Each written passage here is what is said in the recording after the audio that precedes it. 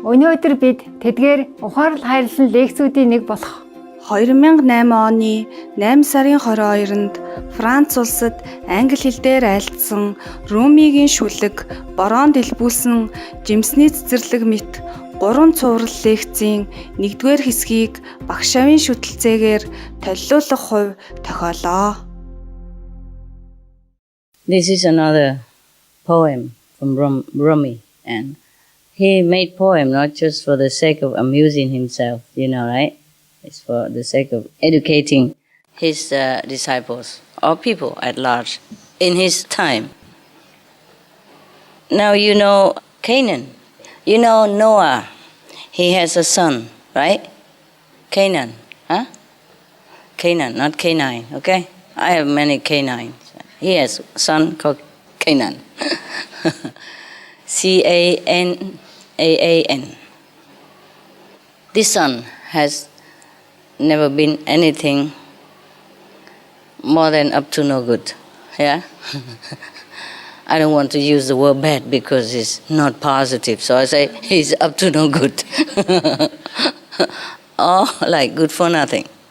He has been rebellious, stubborn, and always against his father. And that's the problem. I know many sons or daughters have this kind of tendency, yeah? But this one is too much, okay? Like if your son and daughter have maybe 30% rebellious character, yeah? Or 20%, 40%, even 50% maybe okay. But this guy maybe 80, 90 or 100%, rebellious, especially against his father. As you know very well, in the family, yeah?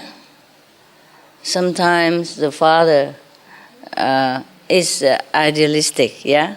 And want the son to follow his footsteps, like to be a minister or a doctor or somebody, yeah? Somebody good and of service to mankind. And the son sometimes do just exactly the opposite, huh?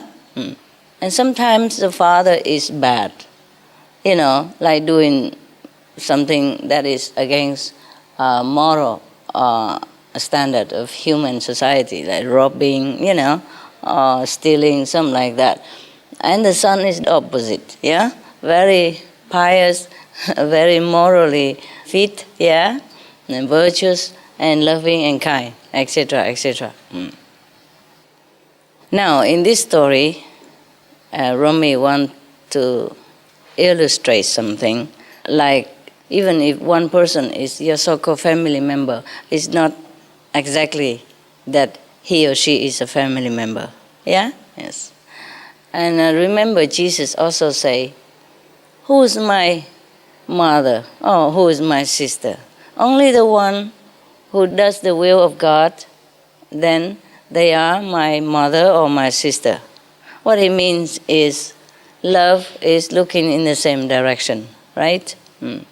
If we love somebody or if we are a partner, yeah, then we have to look in the same direction, have the same ideal, and do the same work. The best is the same, but good work, huh? Yeah, not just the same, but no good. Okay, now this is the poem called As the Orchard is with the Rain.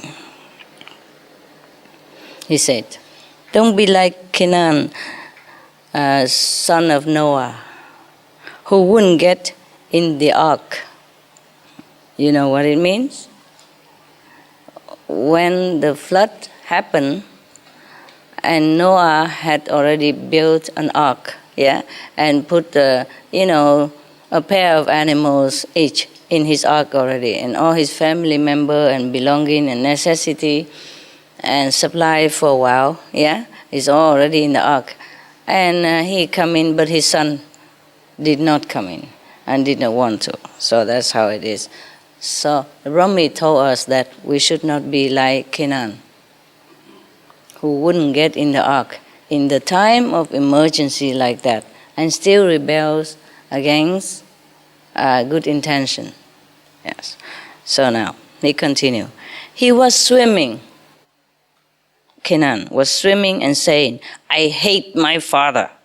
I won't use that boat. Can you believe that? Maybe he hates his father. But by doing this, he goes not against only his father, but he goes against his life, right?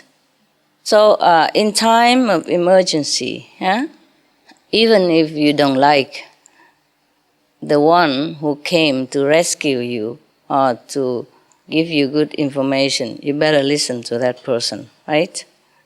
That the flood is rising and it must have been terrible weather and everything, yeah.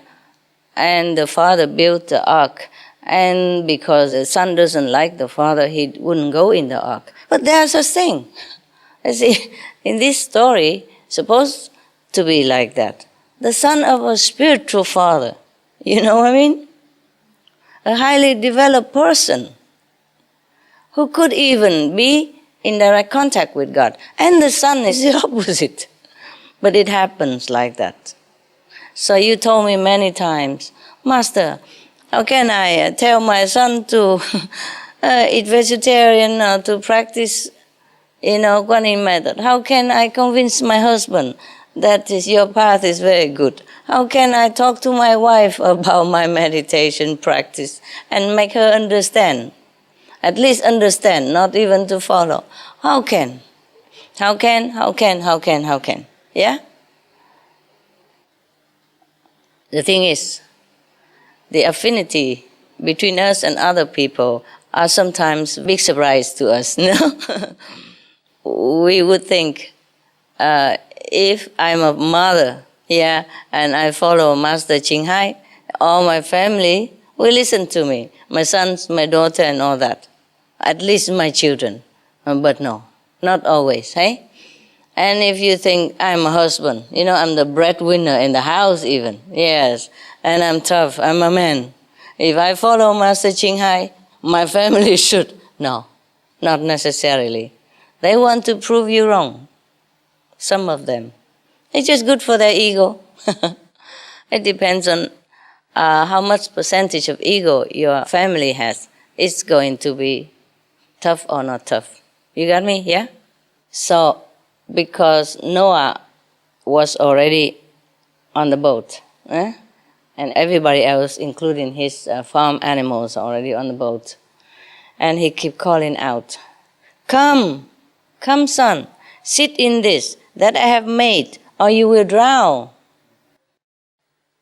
No, I've learned how to swim on my own. I've lit my candle from a flame other than yours. He probably has a different religious belief. That's what he means. And he so strongly believed in whatever that faith was that he against his father, who doesn't believe the same like he does. Yeah? Well, it happened. You understand, right? I told you already. Nói chuyện với đầu gối á. Huh? Okay. That's Vietnamese. We talk to the knees. I mean, you talk and you listen yourself. No one else does. See what I mean? Okay. So this is probably the same. Canaan probably had a fixed religious belief. You know what I mean? And so when his father said that he's in direct contact with God and God told him to do this, do that, he would not want to listen because he's so indoctrinated in this kind of fixed religious belief. All right. Now, another thing he hated, I think, right now he hated his father more than ever. You know why? Because his prediction came true. And that's against Canaan's belief. Because before, he already did not want to believe his father that the flood will occur, that he need to build a boat. Can you imagine building a boat where the dry land or on top of the hill where no water can ever reach and no water nearby? And saying that I will need it soon. that everybody should come on the boat and all that. Of course, not only Canaan, but everybody in the town probably was ridiculing all this time, yeah? And come and point finger and say, look at that madman, and nobody would have probably talked to him at all for all this time, or just ridicule him, laughing at him, make fun of him, and he probably has become the talk of the town all this time. And now, it's proven that he's right. The flood is there. So the son also feel like, it hurts his pride, his ego, that his father's even right. Because all this time, he has never believed in his father. So now, you see why he hates his father? Because his father is right. And such dramatically right. Not just about a piece of bread or which one is more nutritious or olive oil is better than any other oil or anything similar like that. For example, well, olive oil is not better than any other oil, it's just different. I'm just saying, for example. So now his father is right. In such a dramatic situation, of course, he loses faith, the son. He feels his ego has been really shattered. Such an ego that even in such a desperate situation, he still goes against his father. Can you believe this? So this is what the most frightening thing that we carry around us, the ego. I told you many times. But you see it now? Huh? Okay. So, father keeps saying, don't do it. Canaan, this flood extinguishes all candles of human ingenuity. Only God's candle can make it through these waves. Stop your arrogant claims and get in. When he says candles, what does he mean? I mean the light of God. Yeah, it's just a parable. Okay, so Canaan trusted in the fixed doctrine, like fixed religious belief. And his father taught differently, like you have to be connected with God, yeah? You have to have this light within you, then you'll be saved. That's what he meant by only God's candle can make it through these waves. Everything else will be extinguished. Like the flame, of the torch, or any other candles. You mean any other kind of hope, any other kind of belief will not survive in this catastrophe. Right. But Canaan say what? No, I can make it to the mountain top. I'll be safe there, swimming and talking. I don't know how he did it, but similar like that, I guess. Mountains are just bits of straw in this storm. There is no refuge except with God's beloved. That's what his father answered him. Mountains are just bits of straw. I mean, they, some wood and some rock and something left to, fixed together became a mountain. So he say even mountains are bits of straw. It means it's nothing. It means it's not safe for you to go and take refuge there even. In this storm, there is no refuge except in God's beloved. God's beloved means what? God's beloved probably means the master, the representative of God, which was Noah at that time.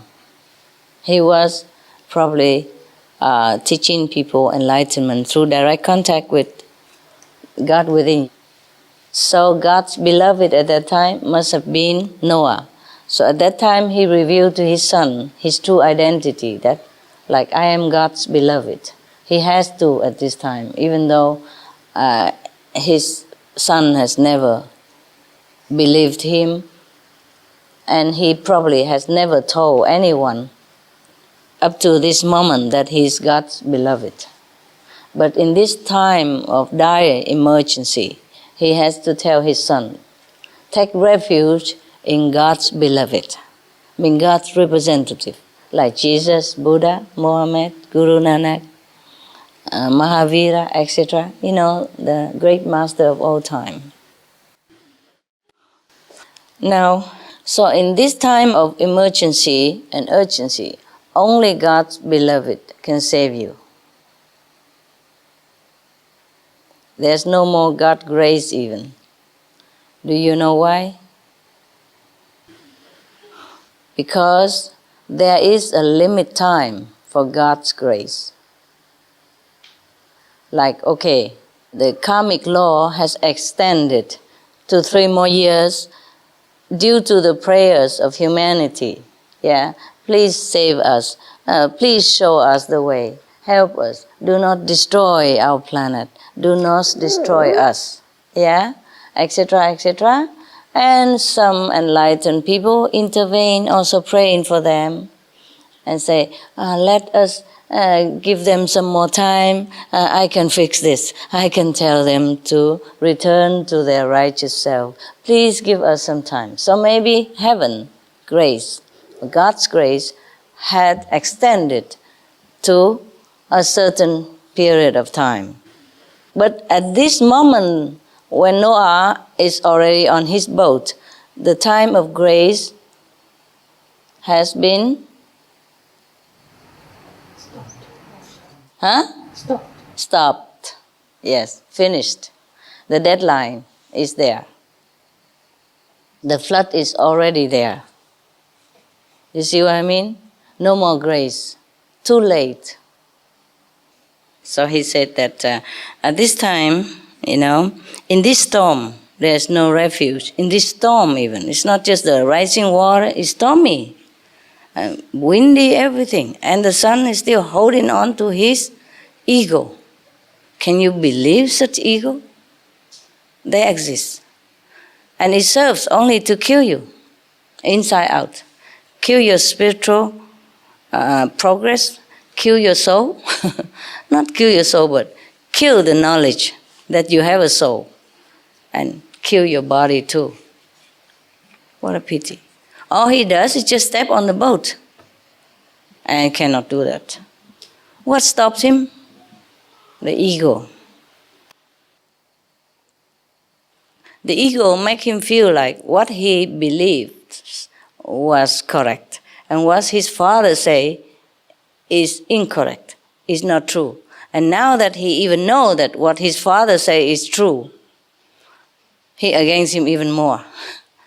Because he feels shattered, you know? His ego shattered, his belief shattered. At that moment, he cannot think straight, yeah? He just feels shocked, confused. And his ego doesn't let him admit that he's wrong. Okay, in ordinary circumstance, you can stay there, argue back and forth, yeah? Or can think about it. But in such a situation, if you hold on to this kind of ego, you're dead. Right? There's no time to argue. But such is the force of ego. I mean, it's difficult to explain about the ego, but it's just a kind of fixed belief, you know, in yourself that you are this, you are that, and whatever you think is right. This is the kind of thing that stops you from knowing the truth, of knowing your great self. Because you're holding on to your small self. And you think that it's your small self. It's not even your small self. It doesn't exist. Whatever you think you are, it's just a bunch of thoughts, you know? A bunch of gain knowledge, a bunch of belief. It's not even yourself. Just the thinking of the mind or the knowledge that you have gained somewhere, that's it. So he said to his son, we should take refuge in God's beloved. This is probably the first time he ever used his position, his real identity, to persuade his son. Because, as you know, mostly the master would never tell people that I am this and I am that. He probably just say, oh, God has made me do this and God wants me to do that. But he would never proclaim that I am God's beloved. Yeah, which he is actually, but mostly the master, they don't say that. But this is an emergency. So he say, God's beloved, mean himself. You should take refuge in God's beloved because nothing else work right now. That's what he said. Okay? So, but the son say, when have I ever taken your advice? He asked his father, in this stormy weather, flooding like that, everybody else already drowned around him. All the village, the house is already submerged in water. And he still talk like that. Can you imagine what kind of ego he has? Huh? When have ever I taken your advice? Your words mean nothing to me. In either word, leave me alone, O little father. Can you believe this?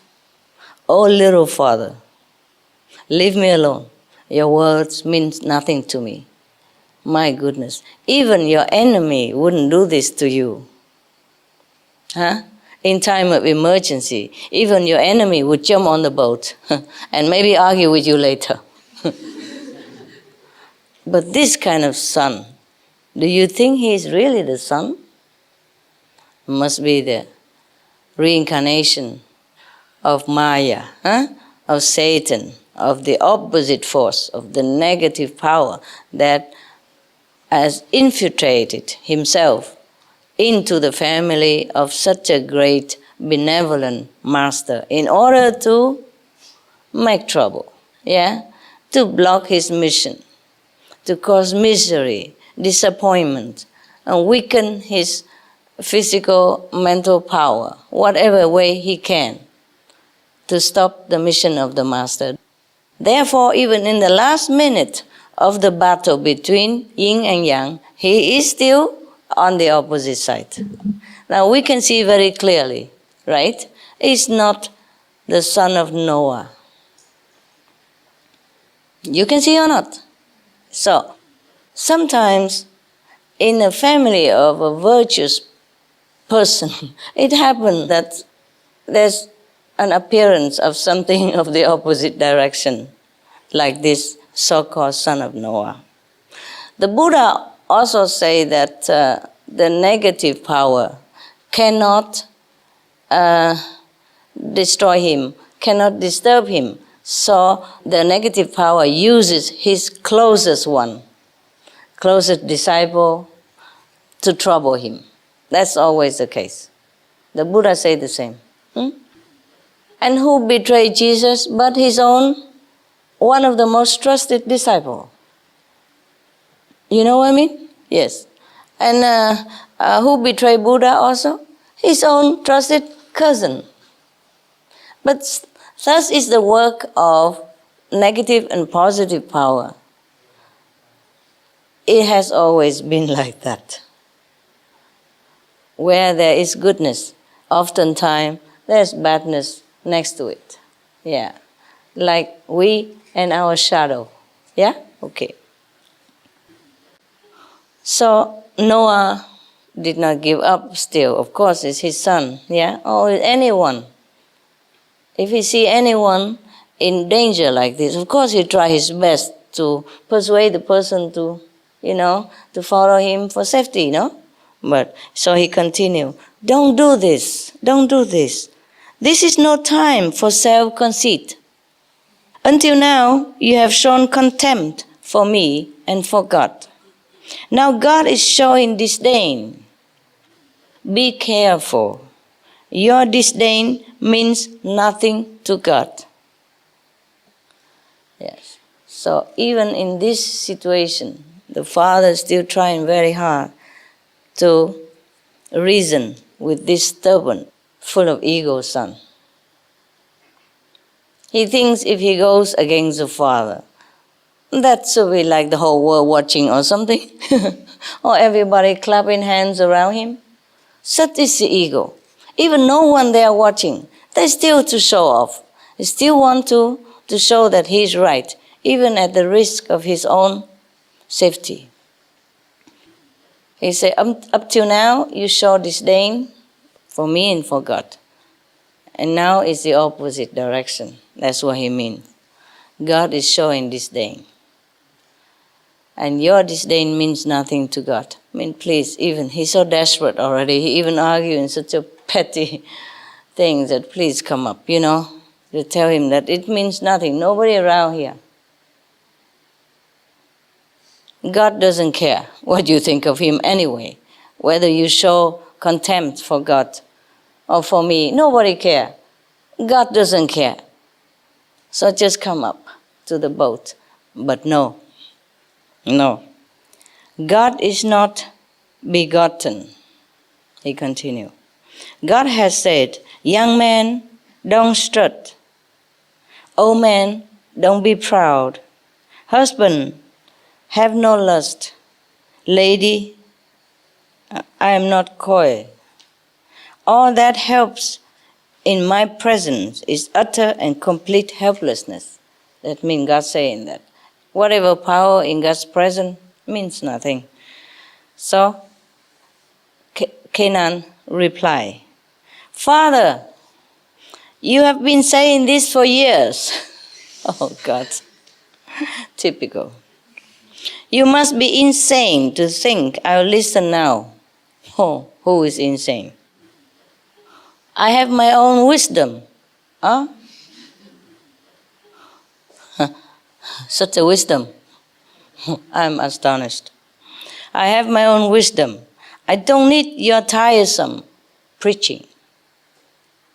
Can you believe that? This is typical. It sometimes happens not to such a grave degree, but in some case, even what I say is correct or good. I just take it for granted, So they're already used to with their work and all that, and they think they know everything already. Anyway, it's the same in the family, That's why it's difficult to talk to your husband, your wife, or your children, or your friend, or your, relatives about the path that you're going. Even though it's correct and logical to their ears even if they know it's correct. They just don't want to follow because it's you who said it. Who are you to tell me that you know better than I am? This is the trouble with the ego. And this is how civilizations have perished. That's how many galaxies have been destroyed, disappeared, because of the ego of the mind.